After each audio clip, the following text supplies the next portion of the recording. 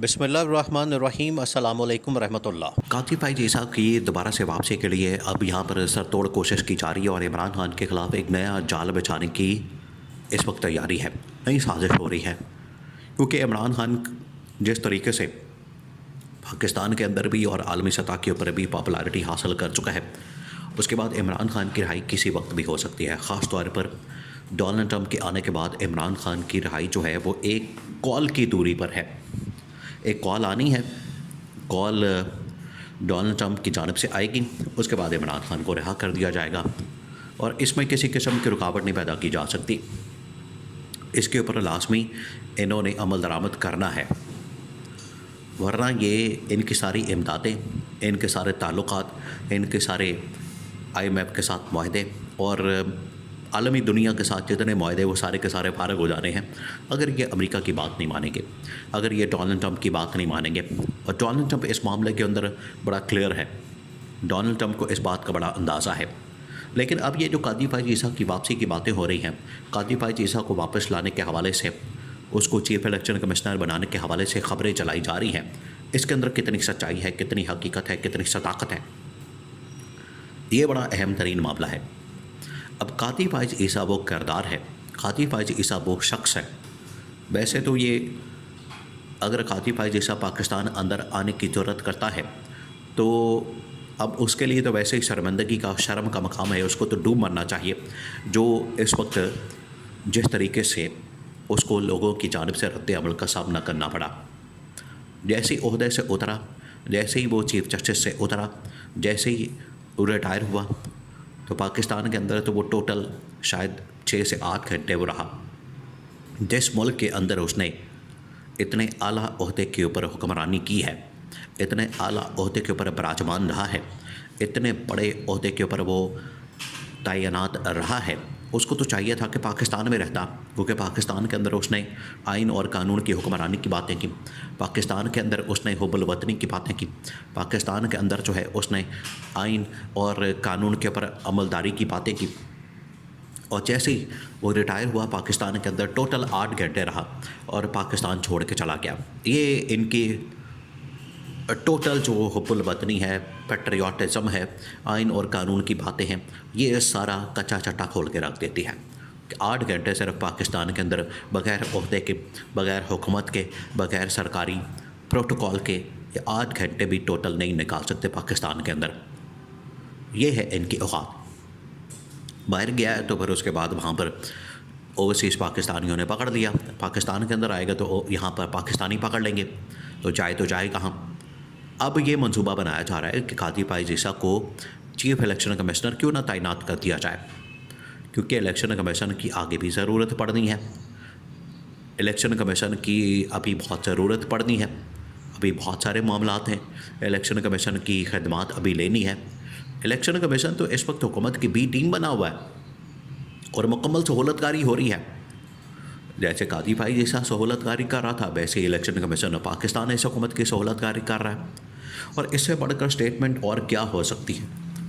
जो शख्स ने स्टेटमेंट दी थी, जो रावलपिंडी का कमिश्नर था लियाकत चड्ढा, उसने कहा कि जब मुझे ये धांधली का कहा गया, जब मुझे कहा गया कि आपने धांधली करनी है, आपने धांधली मैनेजमेंट करनी है, मुल्क के अंदर इंतखाबात को बदलना है और 12 जो हल्के आपके अंडर आते हैं वो आपने जो जीत रहे हैं उनको हरवाना है और जो हार रहे हैं उनको जितवाना है।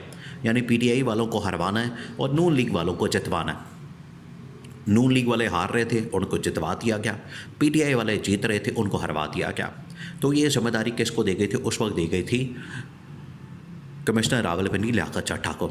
और लियाकत चड्ढा ने यह इंकशाफ कर दिया कि मुझे तो रात को कहा गया, मैंने उसके मुताबिक काम कर दिया।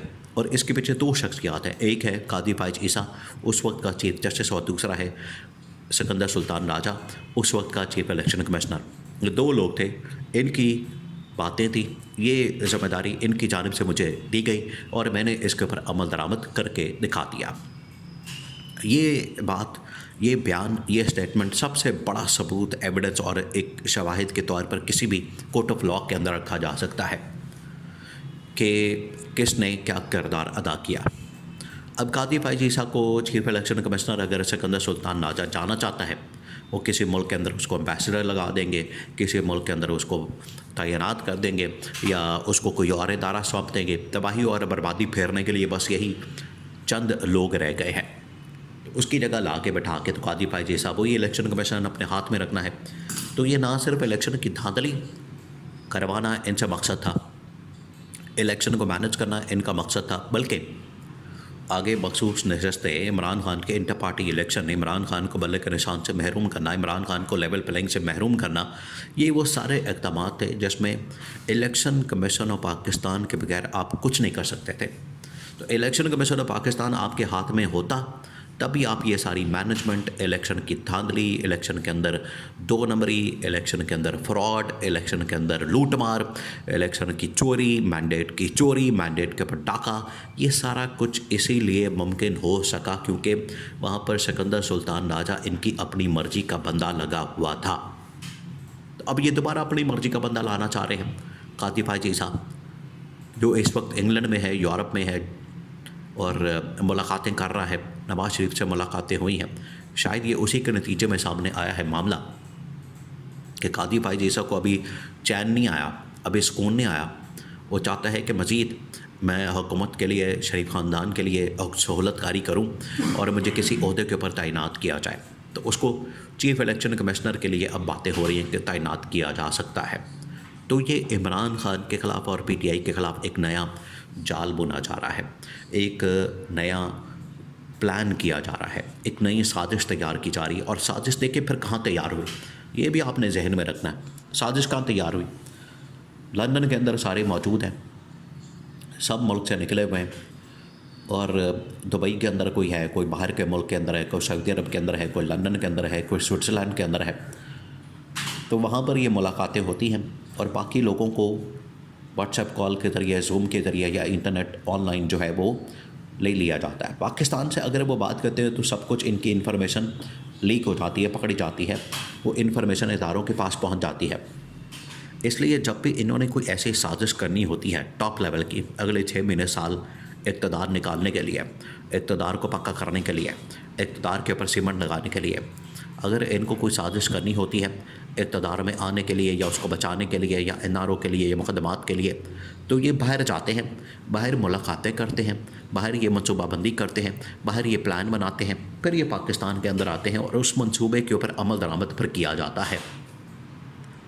तो ये मंसूबा बनाया गया है, मंसूबे के अंदर जान है, मंसूबे के अंदर हकीकत लगती है कि यहाँ पर इलेक्शन कमीशन उसकी छुट्टी होने वाली है, अगले 2 से 4 महीने के अंदर उसने चले जाना है।